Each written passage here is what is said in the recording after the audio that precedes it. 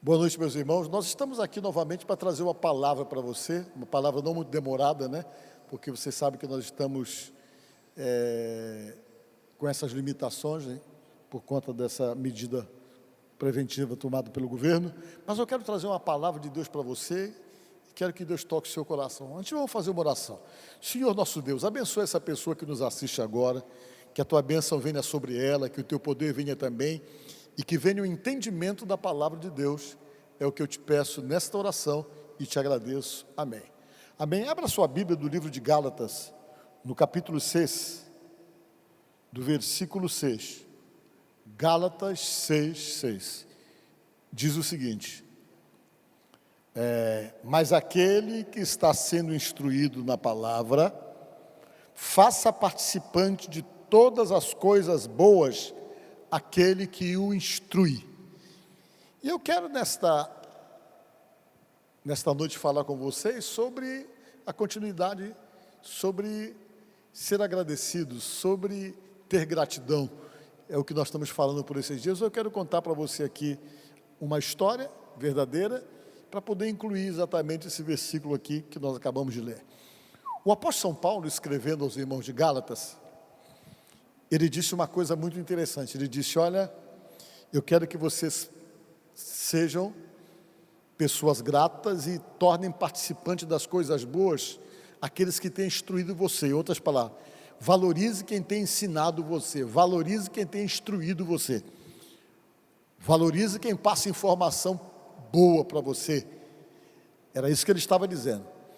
Procure fazer essas pessoas participantes das coisas boas que são suas. Faça essa pessoa participante dessas coisas boas. Por que Paulo falou isso? Com certeza ele estava dando essa palavra aos irmãos de Gálatas, que era uma forma de não deixar que os irmãos de Gálatas se comportassem como os irmãos de Coríntios. O povo que morava em Coríntios, que formava a igreja de Deus, era um povo muito difícil com os seus servos, com os seus líderes. Para vocês terem uma ideia, o apóstolo São Paulo encontrou uma dificuldade tremenda para poder pregar para aqueles irmãos, porque os irmãos não aceitavam ele.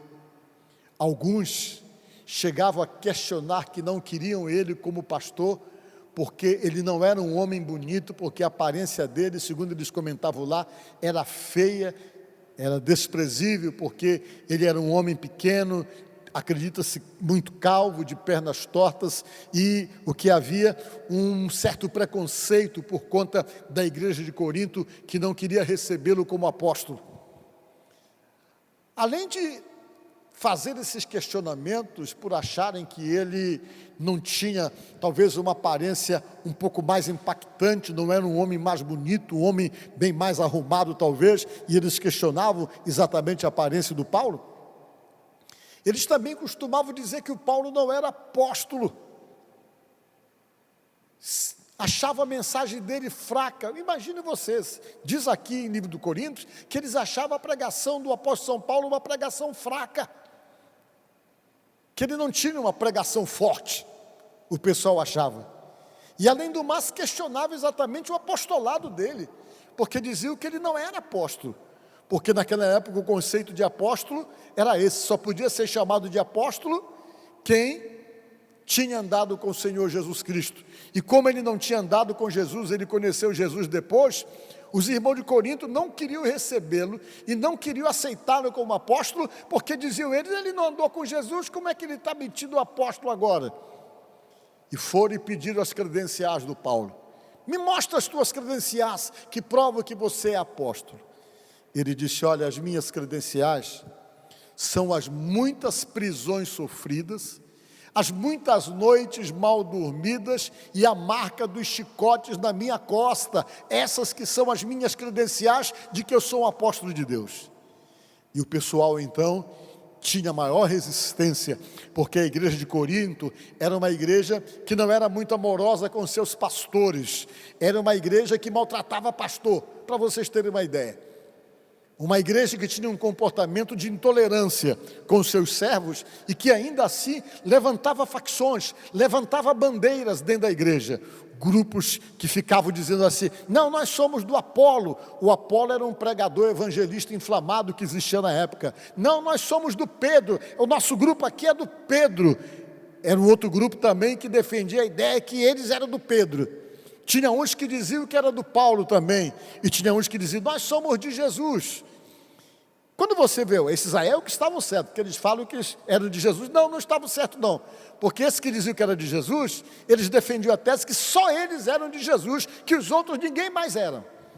Então havia toda essa situação, e a igreja estava perdida, uma igreja dominada pela orgia, onde as pessoas achavam que podiam tudo, e isso era um problema, e juntamente com essas coisas vinha a forma de maltratar os seus líderes, maltratar as pessoas, e de gerar esse tipo de situação numa igreja que havia muita contenda. Paulo percebeu aquilo, e viu que apesar de todos esses problemas tão presentes naquela igreja, os irmãos lá valorizavam demais o poder, eram cheios do poder, cheios dos dons do Espírito Santo, mas o comportamento deles era de intolerância, era um comportamento de insubordinação, de insubmissão e de desobediência à palavra de Deus. Aí você me diz: mas como isso, pastor? Como é que eles eram cheios do poder de Deus, cheios do dom do Espírito Santo e tinham esse comportamento? Porque, meu irmão, o dom não é referência de salvação para ninguém, não. É bom nós ressaltarmos isso aqui, que Deus dá o dom para as pessoas. Dom de curar, dom da palavra do conhecimento, dom de operações de milagres, sinais e maravilhas e um monte de dom. Mas o fato de Deus ter dado o dom para mim, para você ou para qualquer um de nós, não quer dizer que nós vamos para o céu porque temos dom, não. Uma pessoa pode ir para o inferno com todo o dom que tenha. Por isso que Jesus falou, que nos últimos dias alguns bateriam a porta e diriam: Senhor, nos deixa entrar. Nós expulsávamos demônio em Teu nome, nós curávamos em Teu nome, nós pregávamos em Teu nome. E Jesus disse que o Senhor vai dizer: apartai-vos de mim, porque eu não vos conheço. Pessoas que tinham dons. Por que isso, irmãos, que eu estou falando para vocês? Porque quando Deus dá o dom para alguém, Ele não tira mais. Diz a palavra que os dons de Deus são irrevogáveis, diz a palavra de Deus, que Deus dá e não tira. Você pode estar a pior pessoa do mundo, mas os dons vão continuar realmente se manifestando através daquilo que você faz para Deus. Mas é bom formar vocês que o que molda a vida ou o caráter não são os dons, mas o que realmente nos muda são os frutos do Espírito que nós temos que buscar. E as pessoas buscam muito dom e não buscam os frutos. Por isso que não pode o fulano realmente ter um poder de curar, mas é ruim para pagar demais, ele deve, não paga, faz que não conhece a gente. Fulano é poderoso para pregar, mas espanca a mulher, espanca os filhos, é uma péssima pessoa dentro de casa, porque ele só tem o dom, mas não tem o fruto do Espírito, que o fruto do Espírito é que molda o caráter, que faz você ficar diferente. Esse era o problema da igreja de Corinto. Paulo, percebendo isso, ele escreveu uma carta, e na carta ele falou sobre fruto, falou sobre o amor, e ele fez aquele texto, que está lá no capítulo 13 do livro de 1 Coríntios, onde ele disse: olha gente, vamos ler o que foi que ele disse aqui em 1 Coríntios 13, que foi a palavra que ele mandou para os irmãos que moravam lá em Coríntios, para ver se os irmãos mudavam um pouco, né? Para ver se as pessoas mudavam suas atitudes, porque eles estavam na igreja, eram da igreja, mas a atitude deles era incompatível com tudo aquilo que é ensinado pela palavra de Deus, e o Paulo percebeu que toda aquela atitude deformada e alterada do povo de Coríntios existia por falta de amor, que é um dos frutos do Espírito. Ele escreveu então o capítulo 13 do livro de 1 Coríntios, que diz assim: Ainda que eu fale a língua dos anjos, dos homens e dos anjos, se não tiver amor, serei como bronze que soa, ou como símbolo que retine, aquela peça que bate no bronze, que nem um sino. Por que ele falou isso? Ele estava dizendo aqui que se você não tem amor, você não tem fruto do Espírito, você pode ter o dom de falar em línguas, pode fazer o maior auê falando em línguas, rodando, rodopiando, seja lá o que for, mas isso não vai sensibilizar Deus, porque para Deus tudo isso, ele está dizendo aqui, que vai ser só barulho, mas nada que chegue ao coração de Deus, quando você faz essas coisas sem o amor de Deus, sem ter amor de verdade. E ele começou a dizer que sem amor, todas as nossas manifestações do Espírito é só barulho. Ainda que você tenha o dom de profetizar e conheça todos os mistérios, toda a ciência, ainda que eu tenha tamanha fé a ponto de transportar montes, se não tiver amor, disse, se não tiver o fruto do Espírito, o amor, nada serei, disse. Por quê? Ainda que eu distribua todos os meus bens aos pobres, e ainda que eu entregue meu próprio corpo para ser queimado, se não tiver amor, nada disso me aproveitará, ainda que eu tenha esses dons para fazer tudo isso. E ele vem e começa a citar o que é o amor. O amor é algo que muda o seu comportamento. Primeira coisa que ele diz, o amor é paciente. Quem tem amor consegue ter paciência também. Às vezes a pessoa está na igreja, cheia do poder de Deus, mas é impaciente, estoura por qualquer coisa, não tem paciência, qualquer coisa está abrindo a boca e murmurando, falando coisas que geram maldição em sua própria vida, porque ele atrai as coisas ruins por causa da impaciência que tem. O que prova que essa pessoa não tem amor, porque quem tem amor, ele é acima de tudo paciente. O amor, disse ele, é paciente. O amor é benigno, disse ele. O que é benigno? Benigno é benignidade, misericórdia. Quem tem amor consegue ter misericórdia da pessoa. Você está me entendendo? Quem tem amor não tem prazer na destruição do outro. Quem tem amor não se alegra com o sofrimento do seu próximo.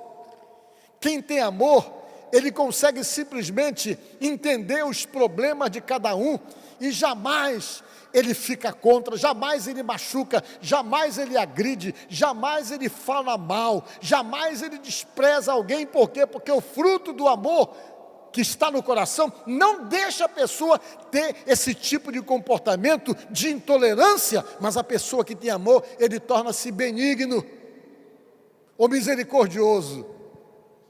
E Paulo falando, ele disse que o amor é benigno. Olha o que ele foi falando aqui, para nós vermos, que além de benigno, ele disse, vejam bem, além de benigno, ele falou que o amor não arde em ciúmes,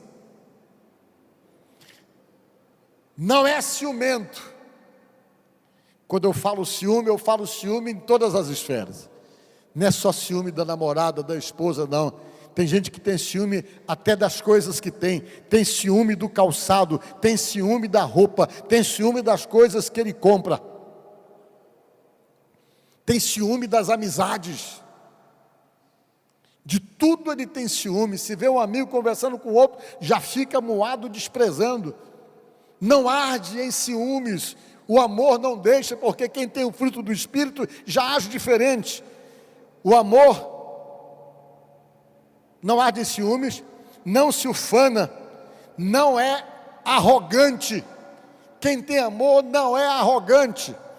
Quem tem amor não é soberbo, não se ensoberbece, não fica orgulhoso por conta das coisas. Jamais é orgulhoso, é uma pessoa humilde. Não se conduz inconvenientemente, não é aquele tipo de pessoa que é inconveniente nas suas ações, nas suas palavras, nas suas atitudes. Falou o apóstolo São Paulo, que além de não ser inconveniente, não procura os seus interesses. Não é aquele tipo de pessoa que só pensa em si, que tudo que faz é para tirar vantagem, tudo que faz é para se beneficiar, é para resolver os seus interesses. Disse ele que o amor não é áspero, não fica magoado, não fica ressentido por qualquer coisa, por não vou falar com fulano, vou desprezar, vou magoar. Quem tem um fruto de Deus não tem esse tipo de coisa de se ressentir do mal. Não se alegra com a injustiça, disse o apóstolo São Paulo, mas regozija-se com a verdade. A pessoa que tem amor, ele é diferente, disse Paulo, porque tudo ele crê. Às vezes é fácil de ser enganado porque tudo ele crê. Mas você pode prestar atenção. Todas as vezes que alguém tenta enganá-lo por fato dele ter o dom do amor e acreditar em todo mundo, e tenta passar a perna nele, lá na frente Deus muda tudo e sempre sai em favor de quem tem amor para poder honrá-lo. Portanto, não fique preocupado, porque você é credo, em tudo acredita, tudo crê. Tudo espera, quem tem amor, tudo espera. Sabe esperar o agir de Deus. Não toma atitude precipitada para se prejudicar ou prejudicar o seu próximo. Mas quem tem amor, que tem esse fruto do Espírito que muda o caráter, tudo espera. E diz aqui o versículo 7 do capítulo 13, que tudo suporta também. Sabe suportar as coisas e esperar o agir de Deus. O amor, disse Paulo, jamais acaba, disse ele. Mas os dons vão acabar, ele disse. O amor jamais acaba. Mas havendo profecias, que é um dom, vai acabar, disse ele. Havendo profecias, cessarão, desaparecerão. Havendo línguas, que é o dom do Espírito Santo, também vai desaparecer. Havendo ciência, conhecimento, também tudo isso vai passar.